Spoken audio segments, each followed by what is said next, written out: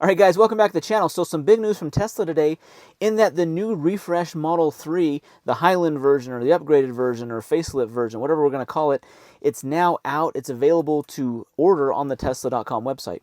Now this car's been available in China for a few months now, so we've kind of seen a lot of the updates. The same exact updates, configuration, all kind of are the same here in the US, but it's cool that now they're available to order it.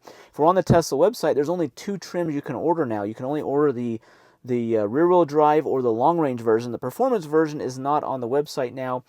I think we're going to see that probably in coming months as they refresh that. Maybe there's going to be a plaid version of that. There's been talk of that. That'd be cool.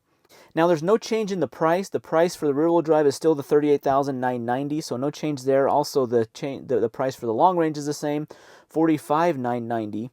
So a couple of the changes on the outside is that we have some new colors, the Stealth Gray and the Ultra Red. Those are the two new colors. We've had those on the Model S and the X for the last several months. Now they're being carried over to the Y and the Model 3.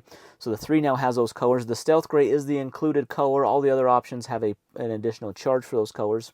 In addition to the color on the outside, we now have some updated headlights. So the headlights and taillights are a little differently. The badging on the rear of the car doesn't have the Tesla logo. It has the Tesla letters, which I think looks really cool on that. Now the interior gets some updates and some changes as well. There's a stalkless interior, so there's no stalks on the steering wheel. A little bit larger touchscreen.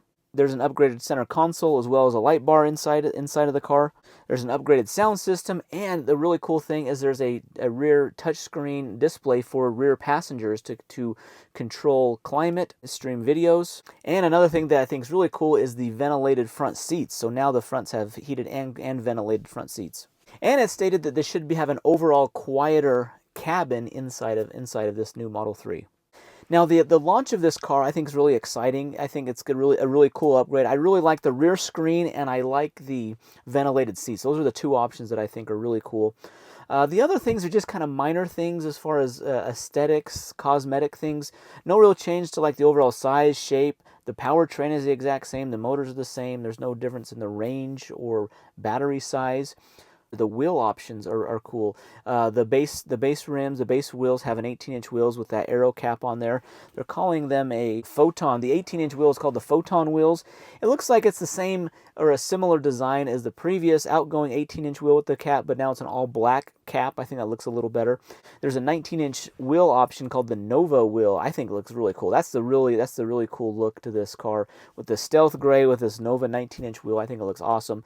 However, it does decrease range quite a bit if you go from the 18-inch wheel to the 19-inch wheel, so be aware of that. If you get the Nova 19-inch wheels, which look awesome, your range is going to go down by almost 34 miles, which I think is which is a pretty big drop in range. Big drop if you get the rear-wheel drive.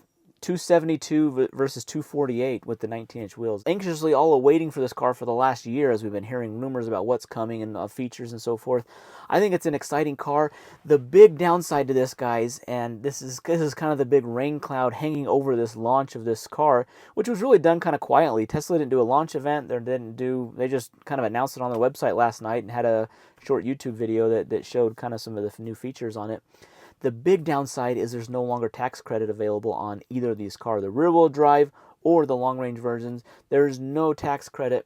So that's kind of a downside, is that you have to pay full price for these cars if you want them, whereas just a few weeks ago, back in 2023, you would have been able to get a Tesla Model 3, the long-range performance, or the rear-wheel drive for a $7,500 tax credit, reducing your price.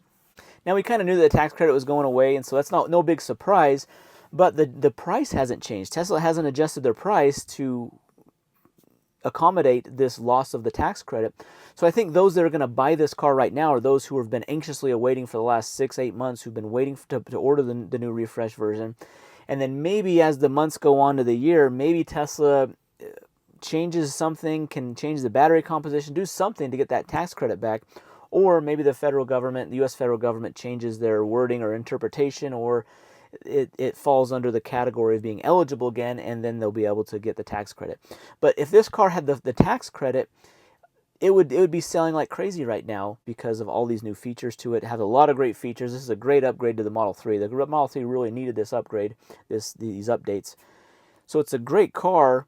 just having to pay full price, that's kind of a downside. So right now, January of 2024, if you're in the market for a Tesla, the Model Y is still probably the better deal, because a Model Y rear-wheel drive or long range, any version of the Model Y, you can get a tax credit on of $7,500 if your income's below a certain threshold. You can get a new Model Y cheaper than this refreshed Model 3.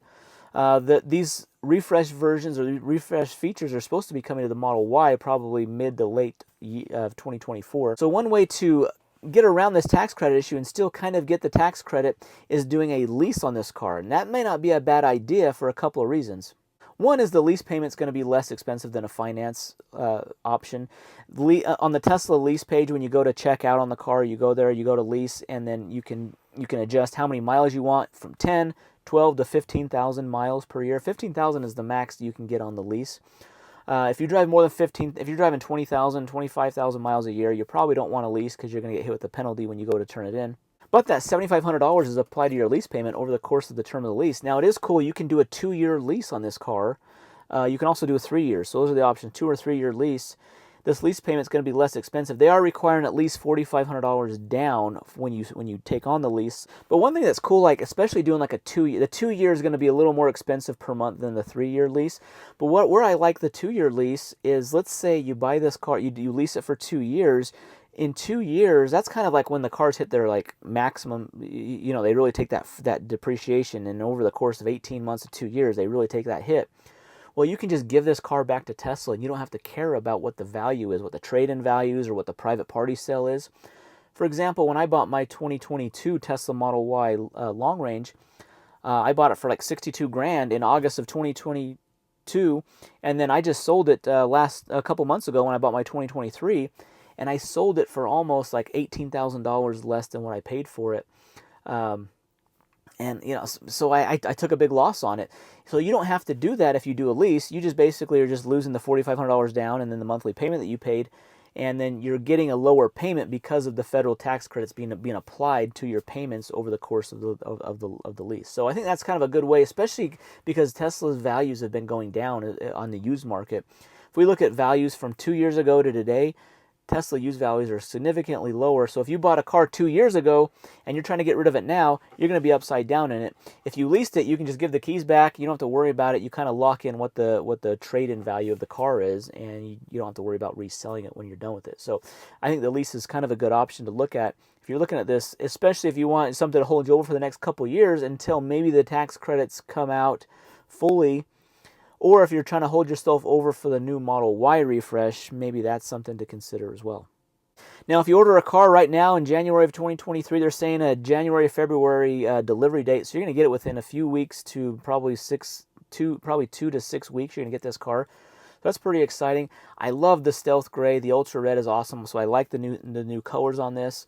Excited to see some more reviews, and excited to get kind of my hands on this. I'm going to do a demo drive on this when I can. But guys, leave your comments down below. Thanks for watching.